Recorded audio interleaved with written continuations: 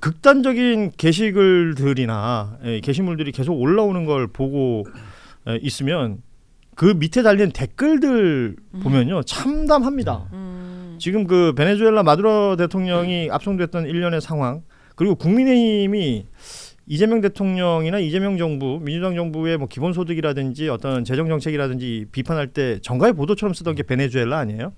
뭐 좌파 포퓰리즘 얘기를 맨날 하면서 베네수엘라처럼 망할 거다 등등등 이런 표현들 진짜 많이 썼었는데, 그러다 보니까 그 왜 저 사진 그 트럼프 대통령 저건 정말 저게 이제 백악관 인스타에도 올라갔다는 거 아니에요? 네. 저 FAFO 뭐 뜻을 아시는 분들은 다 아시겠지만 이게 뭐 까불면 가만 안 두겠다라는 취지 정도고, 저 앞에 있는 F는 욕입니다. 네. 저기 이제 백악관 인스타에 올라갔다는 건데 충격적이에요, 진짜. 저기에 댓글이 부정선거 수출국 대한민국을 바로 잡아달라. 그리고 마두로를 체포한 것처럼 이재명은 그 다음으로 체포해달라. 윤석열 구해달라. 비상계엄은 대통령의 고유 권한 아닙니까? 뭐 이런 댓글들이 달리고 있다는 겁니다. 어때요? 지금 나라 망신 시키는 것도 가지가지가 있는데 이런 방법으로 나라 망신 시키는 것도 있는 것 같고, 미국이란 나라가 어떻게 하다가 저렇게 됐지라는 생각이 들어요. 공식적인 인스타그램에 대통령 얼굴을 걸고 이렇게 아니 나중에 어떻게 수습하려고, 트럼프가 영원히 집권할 건 아니잖아요. 이거 어떻게 수습하려고 이렇게 가는 건지 밑에 있는 그 정말 많은 미국 국민들은 힘들지 않을까? 굉장히 망신스럽지 않을까? 그러니까 저런 게시물 하나만 보더라도 우리가 알고 있는 자유민주주의의 수호자이자 국제 경찰이라고 이제 위시했던 이 미국이라는 나라가 더 이상 정치 선진국이 아니라는 것을 보여주는 단면이라고 저는 선진국 아닌지는 오래됐죠. 오래됐죠. 네. 저게 이제 그 이제 유리한 비근한 예라고 볼 수 있고, 저기 뭐 댓글도 나와 있습니다만은 이 극우 지지자들이 바라보는 관점이라는 게 저도 얘기하다 보면 웃음 나와요. 저 트럼프 사진의 배경이 저 뒤가 대한민국 땅이라는 거 아닙니까? 김해공항이죠. 네. 그래서 김해공항 사진을 올린 이유가 바로 한국의 독재자 이재명에게 경고하기 위해서 FAFO를 백악관 게시물에다 올려놓은 거다라고 생각하고 있는 거고, 나경원 의원의 주장처럼 베네수엘라, 한국이 아시아의 베네수엘라라는 것을 미국이 만약에 경고한 차원이라면 이제 이재명도 마두로처럼 잡아다 가둘 것이다라고 믿고 있는 거예요. 그래서 아직까지 어떠한 결론으로 이제 이어지냐면 정말로 트럼프가 항공모함 타고 와가지고 이재명 대통령 잡아가지고 윤석열을 구출해줄 거라고 믿고 있는 분들이 저런 그 백악관 게시물에다가 댓글 쓰고 앉아 있는 거예요. 전 저 게시물 F를 B로 바꿔주고 싶어요. 에? 바보? 저는 그렇게 보여요, 진짜. 저 트럼프 대통령이 진짜 바보같이 보여요. 아니, 근데 뭐 하고 있는 정말 짓인지. 감정적으로 기분이 나빠지는 게요. 제가 이제 국제법이 없다라는 말씀을 왜 드렸냐면, 법이 일반적인 질서하고 다른 거는 강제력을 쓸 수 있다라는 거죠. 예. 그렇죠. 그러니까 뭔가 잘못을 저질렀으면 그냥 주변에서 욕하고 끝나는 게 아니라 잡아다 가두고 형사 처벌을 할 수 있는 거, 아니면 민사 소송을 해서라도 이 돈을 뺏어갈 수 있는 게 강제력인데, 왜 국제법이라고는 없냐면 어느 나라에 대해서 어느 나라도 그런 강제력을 가질 수가 없는 거예요. 그래서 사실상 국제법이라는 게 지금은 없다라고 제가 말씀을 드린 건데, 근데 지금 이 사람들이 하고 있는 건 대한민국의 주권국가 얘기를 포기하는 거예요. 미국이 국제적인 강제력을 가질 수 있는, 미국이라는 나라는 마치 대한민국 내에서 검찰이나 법원이 힘을 쓰는 것처럼, 국민들을 상대로 힘을 쓰는 것처럼, 이건 또 다른 문제지만 그렇게 미국이 우리에게 강제 집행을 할 수 있다. 그게 드러나는 게 트럼프한테도 뭐 트황 이런 표현을 쓰잖아요. 황제라는 표현을. 트황사. 그러니까 정말 어처구니가 없는 게, 제가 아까 극우라는 표현도 쓰기가 싫다는 게, 적어도 극우 내지 국수주의자들은요 자국 우선주의를 취합니다. 근데 이 자들은요 이것도 아니고 저것도 아니에요. 굉장히 왜곡되어 있는 사대주의죠. 네. 그러니까 미국이 전 세계 최고야, 무조건. 그 가운데 우리는 그 밑에 들어가야지 잘 먹고 잘 산다라고 생각하는, 스스로 식민지이기를 원하는 사람들이에요. 이거 그런 어떻게 봐야 정서인 돼요? 거죠. 그럼 극우 대신에 극 루저 어때요? 약간 루저들 같아요. 진짜 못나고 너무 찌질해 보인다. 그렇죠. 분명히 저 사람들이 있고, 저 사람들이 자꾸 저런 행동을 하는 것이 잘못 전파되고, 그러니까 관련 정보가 크게 없는, 특히 어린 친구들한테 어떤 식으로 전파되는가, 이게 굉장히 걱정스러운 거예요. 네. 예전에, 지금은 좀 덜합니다만 예전에 중국인 관광객들이 많이 찾아오기 전에 명동 나가면 뭐 파천궁 이러면서 막 이상한 파룬궁 막 이런 거 막 홍보하던 사람들 있잖아요. 뭐야, 그런 거 그거는? 내용도 모르는 사람들이 보고 있다 보면 그 혐오라는 게 그렇게 조장되는 거거든요. 그러니까 뭐 매번 우리가 뭐 중국을 얘기하면서 막 이렇게 좀 비하하는 표현들 쓰고 이랬던 것들이 자연스럽게 저런 식으로 녹아가지고 다른 식으로 작동한다는 이 걱정스러운 상황들이 이미 있다는 거 이거 좀 알아야 될 것 같고요. 근데 뭐 이제 저런 분들은 사실은 이제 그 뭐 정치를 바라보는 시각이 굉장히 남다를 수 있는 건데 저는 제도권 정치에 있는 공인들은 좀 달라야 된다라고 생각을 하는데 여전히 방송에 나오시는 분들이 너무 베네수엘라 언급만 하다 보니까 저런 분들이 더 이제 양산이 그렇죠. 되는 거거든요. 그러니까 정확하게는 베네수엘라가 망해가는 국가가 된 이유는 결국 그 지도자들이 뭐 자신들의 그 석유라는 것을 국유화시키고 부패와 사치로 얼룩지고 무너져 내린 것이기 때문에 사실은 저런 분들이 과거에 지지했던 윤신의 가문이 예. 부패와 사치로 얼룩져가지고 대한민국이 망할 뻔했고요. 그때 당시에 코스피가 2,000대였습니다. 베네수엘라는 그 주가 지수가 4,500을 넘지 않아요. 그러니까 그때 지지했던 게 아니라 지금도 지지하고 있는 것 같아요. 아, 그건 그렇죠. 예. 자, 이 내용들 외교 관련된 이슈들은 좀 방중 일정이 계속 이어지고 있고 이제 우리 교민들도 만나고 뭐 지역의 상해로 이동해서 임시정부 청사도 방문하고 한다는 일정들이 있던데요. 후속 보도 또 저희가 전해드리도록 하고 네. 이번에는 이제 민주당 김병기 의원 관련된 이야기 좀 하겠습니다. 뭐 여러 의혹들이 있습니다. 근데 좀 나눠보자면 공천 헌금 관련된 부분이 한 덩어리가 될 것 같고 그 배우자가 구의원의 법카를 썼다. 유용했다라는 부분에 대한 경찰 수사가 있었는데 네. 이걸 무마하려 했다라는 의혹도 또 한 덩어리가 있는 것 같습니다. 네. 어제 김병기 의원이 뉴스토마토하고 인터뷰를 했어요. 뭐 대부분 좀 구체적인 해명이 있었다기보다는 이게 본인의 입장이나 태도를 얘기했던 것 같습니다. 제명을 당할지언정 탈당하진 않겠다. 뭐 이런 얘기도 했었는데 민주당은 좀 신중한 입장을 보이고 있는 것 같고요. 일부 의원들 얘기라고 이제 언론에 나오는 것은 선당 후사의 정신이 있으리라 믿는다. 뭐 이런 표현들도 나오고 있습니다. 김병기 의원의 대응에 대해서 어떻게 좀 보고 계신지요? 그러니까 많은 언론들이 그 인터뷰의 제목을 뽑는 게 지금 얘기한 것처럼 제명을 할지 몰라도 탈당은 없다라는 얘기를 했잖아요. 이 직전까지 원내 대표셨어요. 사실 이제 원내 대표와 대표를 따로 두고 있는 것부터가 우리 국회가 좀 왜곡돼 있다라고 지적을 하는 분들도 있거든요. 사실상 민주당을 대표하는 분이라고 봐야 되는 게 맞습니다.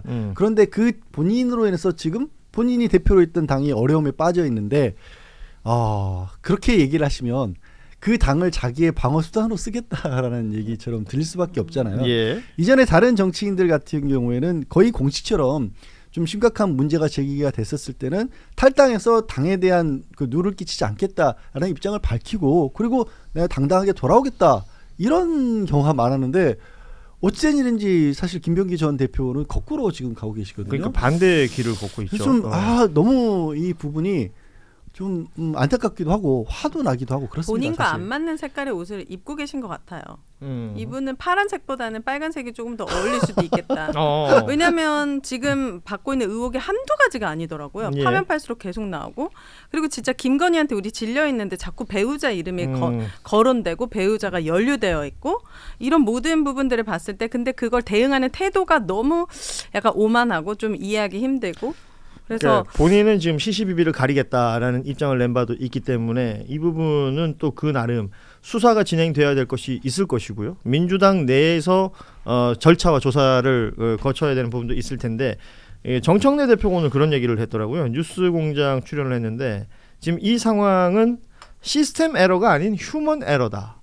그러니까 개인의 잘못이다라는 부분으로 정리를 한 것 같습니다. 박영식 평론가는 이 부분에 대해서 어떻게 보십니까? 글쎄요, 이제 이거는 이제 정청래 당 대표이시니까 당연히 이런 주장을 뭐 원론적으로 할 수밖에 없는 상황이 됐다라고 보고요.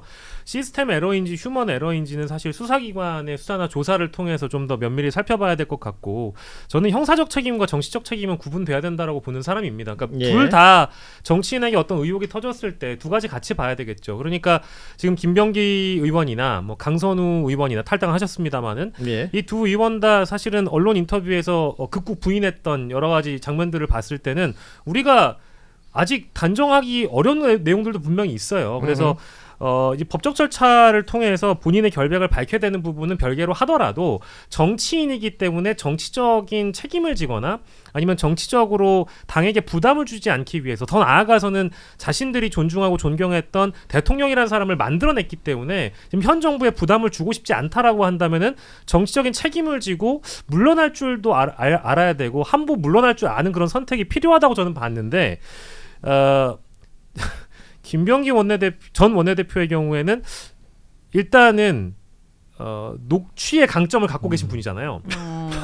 국정원 출신이라서 확실히. 그래서 실제 뭐 여의도 정가에서 들리는 얘기에 따르자면 더 많은 녹취들을 보유하고 있기 때문에 이런 제명은 당할지언정 탈당은 없다라고 얘기하는 게 저는 다른 동료 의원들에게 대한 어떤 협박처럼 좀 전 느껴졌어요. 그리고 두 번째로는 민주당 내부에게도 좀 쓴소리를 하고 싶은 게 예전에는 당내에서 이런 문제가 있으면 당대표든 원내대표든 뭘 잘못하면 초선 의원들이 각기 이제 뭐 카톡방이든 뭐든 이렇게 모여가지고 뭐 선수별로 성명을 낸다든지 이런 바 성명 내고 정풍운동이라는 게 있지 않습니까? 왜 이렇게 조용해요? 그러니까 아무 입장도 안 내요. 신기하네. 그러니까 지금 지방선거를 앞두고 있기 때문에 혹시 뭐 어떤 한 자리가 탐나서 욕심이 나가지고 정치적 공간이 좁기 때문에 안 움직이는 겁니까? 근데 초선 의원들은 사실 그럴 일이 많이 없잖아요. 예. 재선이나 삼선이나 지자체장 노리는 분들 제외하고는 민주당에서 뭔가 경고의 목소리가 나올 법도 하고요. 그 경고의 목소리가 비단 김병기 원내대표뿐만 아니라 정청래 대표에게도 뭔가 좀 나이브하게 보지 않았으면 좋겠다라는 비판이 분명히 나올 법한데 안 나오고 있다라는 거는 저는 민주당 내부에 좀 자정운동이 펼쳐져야 된다고 생각합니다. 예. 그러니까 정청래 대표가 그렇게 말씀하신 이유를 보면 민주당 내에서도 굉장히 당혹스러워하는 분들이 많습니다. 그러니까 이런 일들이 정말 20, 30년 전에나 있었을 법한 일인데 아직도 이런 일이 벌어졌단 말이야라고 그 의미는 그래서 그동안에 우리는 시스템을 올바른 방향으로 잘 만들어 왔다라는 그런 말씀을 하신 건 같아요. 하지만 문제는 뭐냐면요. 드러난 일들이 강선우 의원과 김병기 지금 전 대표가 똑같이 구의 의원들로부터 공천항공을 받았다 내지는 그 구의 부의장의 어떻게 보면 판공비 업무 추진비를 유용했다. 그러면 시스템이 잘못됐다기보다 우리가 뭐 지금 선거 시스템이 잘못돼서 윤석열 뽑은 건 아니었잖아요.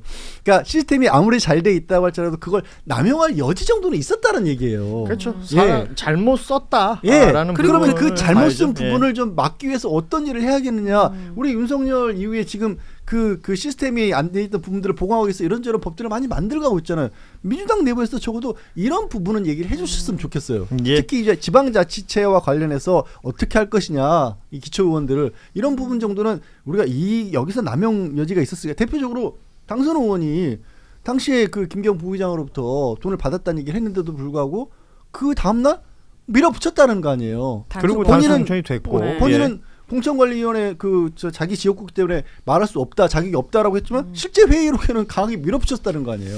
그렇습니다. 그럼 이 그건 시스템 이상인 거죠. 이 내용이 지금 민주당 안에서 어떤 형태로 정리가 되는지를 보는 것도 굉장히 중요하죠. 왜냐하면 민주당은 상대적으로 이 시스템 공천이라는 제도를 계속 강조해 왔었고 타 정당, 그러니까 상대가 되는 정당보다 이 우위에 있는 공천 시스템을 가지고 있다라는 것이 일종의 자랑이었었는데 이 안에서 다른 형태의 작동했던 모습을 우리가 보고 있는 시점일 수도 있는 거거든요. 저는 근데 정청래 민주당 대표 말이 좀 이해가 안 돼요. 시스템 에러가 아니고 휴먼 에러다라고 했잖아요. 시스템을 운영하는 건 결국 인간들인데 저는 그냥 총체적 에러라고 봐요. 근데 이거를 굳이 나눈다는 거는 뭔가 비껴가고 싶다? 약간 작은 문제처럼 보이고 싶다라고 하는 것 같이 보여가지고 예. 약간 이건 좀 비겁하게 들렸습니다. 그러니까 민주당에 대한 지금 뾰족한 발언들이 많이 나오고 있습니다. 외부에서도. 그런데 국민의힘은 타겟이 하나인 것 같아요. 김현지. 오로지 아, 그래요. 이 일련의 상황 속에서 이수진 전 의원이 주장했던 바가 있죠. 이 관련된 내용을 당시의 당대표에게 전달하고자 했던 과정 속에 여기저기를 거쳐서 이게 사라져버렸다라는 주장을 하는데 그 중심에 김현지 지금의 청와대 제1부속실장이 있었던 당시에 이제 당대표 보좌관이었으니까요. 것으로 지금 얘기가 되고 있고 국민의힘은 여기를 집중 공격을 하고 있는 것으로 보입니다. 국민의힘의 이런 대응은 어떻게 보이는지 우리 시간 다 됐으니까 우리 윤혜 씨하고 영식 씨가 한마디씩 하고 마무리하면 될 것 같습니다. 국민의힘의 대응이요? 저는 사실 국민의힘의 어떤 언급에도 대응하고 싶지가 않아졌어요. 그럼 또 이렇게 비슷해지니까. 음. 근데 이 사람들이 할 수 있는 건 이것밖에 없겠다라는 생각이 들어가지고 그냥 들어는 줄 수 있지만 대응은 하지 않겠습니다. 좋습니다. 박영식 평론가는 저는 그럼 대응을 하겠습니다. 근데 이제 저는 이제 앞에서 민주당 그 내부에서도 이제 자성의 목소리가 나와야 된다 이 말씀 드렸는데 국민의힘은 지금 자성의 목소리 자체가 지금 나오기가 힘든 상황이잖아요. 그래서 뭐 이런 자중질환, 뭐 친한 그리고 반한 이렇게 지금 이 개파로 나눠져서 싸우고 있는 상황이기 때문에 뭐 특검 주장을 하든지 간에 김현지 부속실장이라든지 그리고 당시 이재명 대표 지금 이재명 대통령을 같이 묶어가지고 특검하자라는 주장을 하고 있습니다만 이제 동력이 일단 안 붙는 것 같고요. 이런 국민의힘 때문에라도 민주당이 더 오히려 잘할 수 있는 기회를 저는 맞이했다고 보는데 반사이익을 얻을 게 아니라 정치는 잘하기 경쟁이 돼야 되는 거잖아요. 그래서 지금 저는 사실은 이 공천 헌금 문제는 국민의힘이 원래 먼저 터진 게 있어요. 그러니까 과거에 뭐 예를 경북도당 위원장이었던 김정재 의원과 이철규 의원의 어떤 통화 녹취록도 분명히 존재했었고요. 추경호 의원 같은 경우에는 20억 설 같은 얘기가 튀어나왔고 그 규모가 더 크단 말이에요. 근데 그런 거는 이미 잊혀진 존재가 돼버렸고 지금 민주당이 또 여당이고 자꾸 뭔가 이제 그 정부 여당을 견제하는 언론의 기능과 또 야당의 기능이 버무러져 가지고 그 공천헌금 문제는 또 다루지 않고 있단 말이에요. 그러니까 이게 결국에는 잘하기 경쟁이 돼야 되는 시스템에서 서로가 누가 더 못하나로 흘러가는 것 같아서 저는 정치권에 대해서는 조금 회의적인 감정이 요즘 들고 있어서 민주당이 좀 더 잘해주셨으면 좋겠다라는 말씀 좀 드리겠습니다. 네, 지금 말씀해주셨던 그 국민의힘 김정재 의원과 이철규 당시 공관위원 간의 이제 전화 통화 녹취가 이제 뉴스타파 보도가 되고 나서 당시에 이제 몇몇 언론들의 후속이 있었는데 그리고 쑥 들어가 버렸죠. 그러니까 보도량이라든지 언급되는 정도를 보면 어떤 차이가 있는지 아마 우리 뉴스다이브를 보고 계신 분들도 평가를 할 수 있을 것 같다라는 생각이 들고요.